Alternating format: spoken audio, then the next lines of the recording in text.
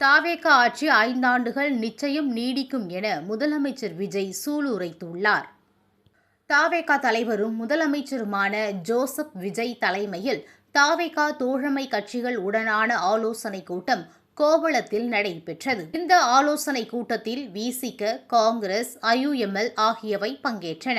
இதில் முதலமைச்சர் விஜய் பேசுகையில், தாவேக தோழமை கட்சிகளின் செயல்பாடுகளை சரியாக ஒருங்கிணைக்க ஒரு ஒருங்கிணைப்பு குழு உருவாக்க வேண்டும் எனவும், குறைந்தபட்ச செயல் திட்டம் உருவாக்க வேண்டும் எனவும் பேசினார். தாவேக தலைமையில் அமைந்துள்ள இந்த கூட்டணிக்கு தன்னிடம் ஒரு பெயர் இருப்பதாகவும், அதனை விரைவில் அறிவிக்க இருப்பதாகவும் முதலமைச்சர் விஜய் தெரிவித்துள்ளார். மேலும் பல கட்சிகள் கூட்டணிக்கு வர இருக்கிறது என்றும் அவர் கூறியுள்ளார். அதனைத் தொடர்ந்து பேசிய முதலமைச்சர், இந்த ஆட்சி 2 மாதத்தில் கலையும், 6 மாதத்தில் கலையும் என சிலர் பேசுகின்றனர். அது நடக்காது என்று கூறினார்.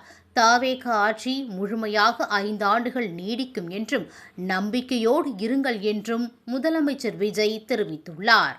மத சார்பின்மையில் உறுதியாக இருப்போம், சமூக நீதி கொள்கையை விட்டுக் கொடுக்க மாட்டோம், லஞ்சம் ஊழல் இல்லாத ஆட்சியை நிச்சயம் கொடுப்போம் என்றும் தோழமை கட்சிகள் உடனான ஆலோசனைக் கூட்டத்தில் முதலமைச்சர் விஜய் தெரிவித்துள்ளார்.